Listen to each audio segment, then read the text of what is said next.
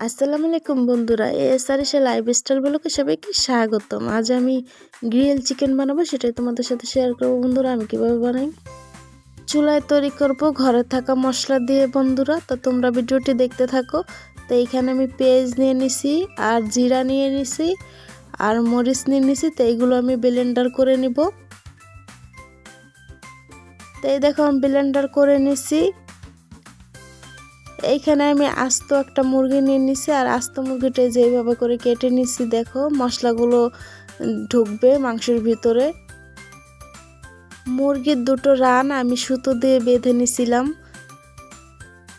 সুতো দিয়ে বেঁধে নিলে ভাজতে গেলে সুবিধা হবে, তাই আমি বেঁধে নিছি। তো এইখানে যে ব্লেন্ডার করা মশলাগুলো আমি একটা বাটিতে ঢেলে নিলাম।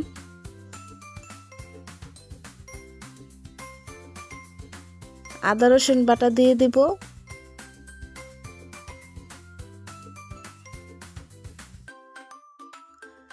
টক দই দিয়ে দিব।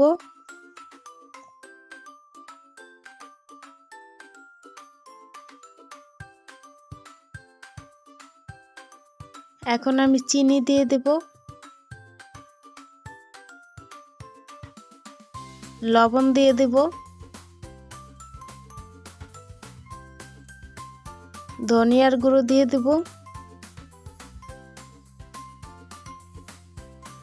কাবাব মশলা দিয়ে দেব।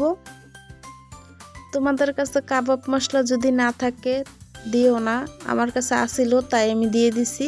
তো এখানে আমি গোলমরিচের গুঁড়ো দিয়ে দিছি, গরম মশলার গুঁড়ো দিয়ে দিলাম, টেস্টি সল্ট দিয়ে দিলাম, আচার দিয়ে দিলাম। আচারটা কিন্তু দিতেই হবে, আচার না দিলে কিন্তু গ্রিলটা ভালো হয় না। আর এখানে সস দিয়ে দিলাম, টমেটো সস। তো এখন একসাথে আমি মিক্স করে নেব। তোমরা চামচ দিয়ে মিক্স করে নেবা, আমি হাত দিয়ে মিক্স করে নিতেছি।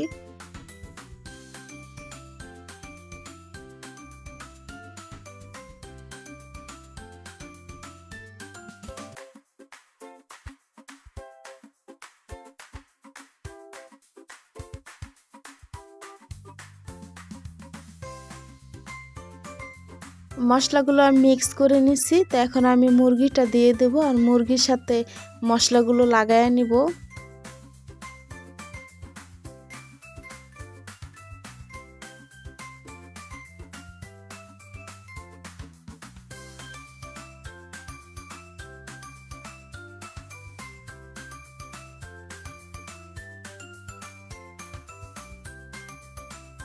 তোমরা কিন্তু এইভাবে ঘরে বানায় নিতে পারো। গ্রিল ভালোই লাগে খাইতে। চুলার ভিতরে যখন বানাইছি একদম সহজ, ভালোই লাগছিল খাইতে।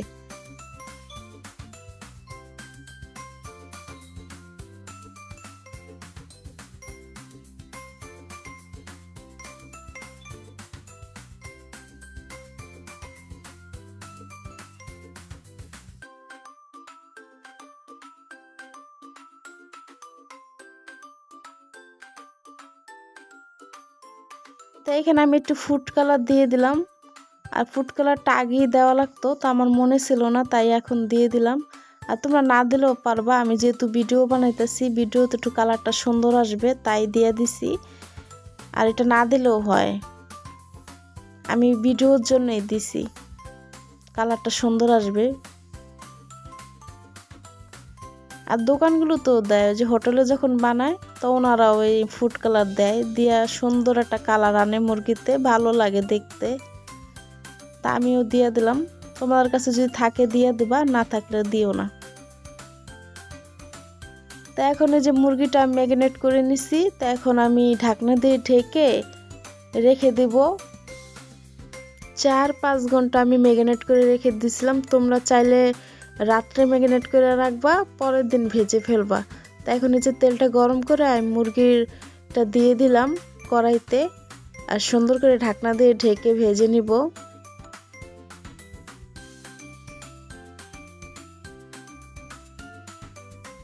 তো কিছুক্ষণ পর ঢাকনাটা খুলে আমি এখন উল্টে দেব। আর মুরগিতে কিন্তু অনেক পানি উঠছে, তো এই পানিটা কিন্তু শুকায়া যাবে, আর এই পানিটা দিয়ে কিন্তু সেদ্ধ হবে মুরগিটা। যেহেতু মুরগিটা আমি আস্তা দিছি, তো এই মুরগিটা কিন্তু সেদ্ধ হওয়া লাগবে, তাই আমি মুরগিটা এখন এই পানিটা দিয়েই সেদ্ধ করে নিব আর ভেজে নিব।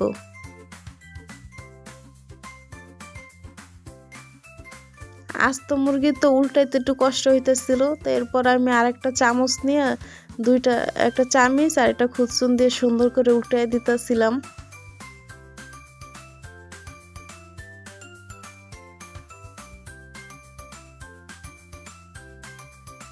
এটা যেহেতু আমি চুলায় বানাইছি, তাই এইভাবে করে বানাই নিছি।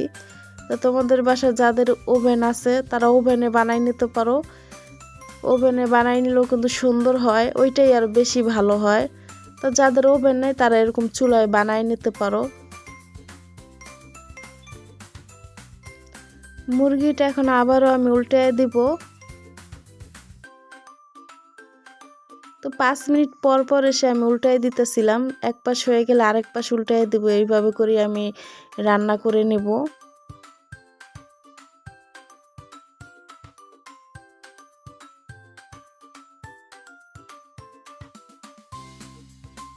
এই রান্নার ভিডিওটি যদি ভালো লাগে সাবস্ক্রাইব, লাইক, শেয়ার করে পাশে থেকো বন্ধুরা।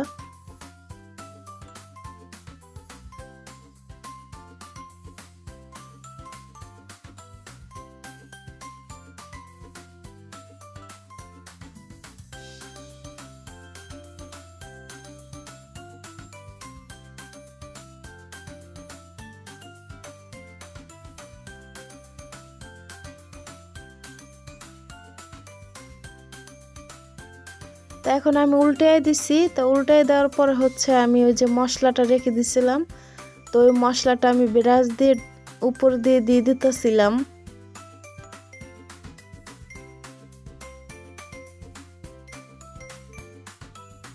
তো এখন আরো ভালো করে ভেজে নিব।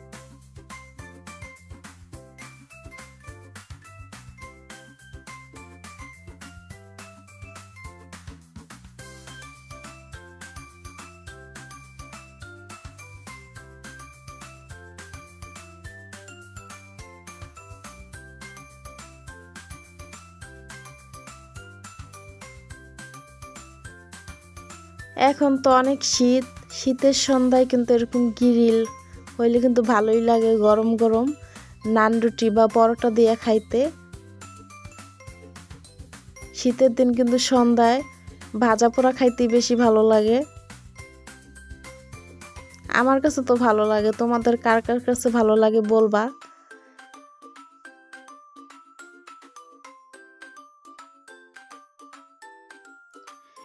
গ্রিলটা কিন্তু ভাজা শেষ আর পোড়া পোড়া হয়েছে।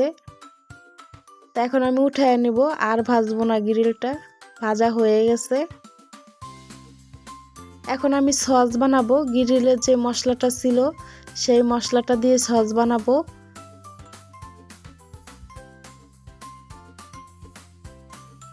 চিকেনটা যে তেলে ভাজছিলাম ওই তেলের ভিতরে আমি মশলাগুলো দিয়ে দিলাম, আর মশলাটা ভালো করে এখন কষায় নেব।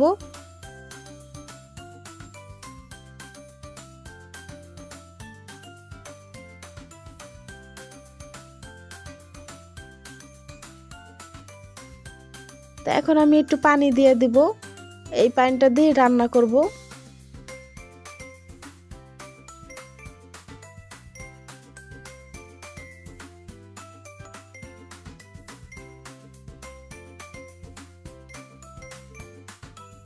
সস দিয়ে দিব, আর এখন কিন্তু তোমরা একটু টেস্ট করে দেখতে পারো লবণ হয়েছে কিনা। তা আমার এখানে কিন্তু সবই ঠিকঠাক ছিল। পরবর্তীতে আমি দেখছিলাম যে লবণ সব কিছু ঠিকঠাক ছিল, তাই একটু সস দিয়ে দিছি। আর এই সসটা খাইতে কিন্তু অনেক মজা লাগছে। এই সসটা হলে কিন্তু তোমার আর কোনো সসই লাগবে না। তো অনেকে মেয়োনিজ দিয়ে সস বানায়, সেই সসটাও লাগবে না যদি তোমরা এইভাবে বানায় খাও।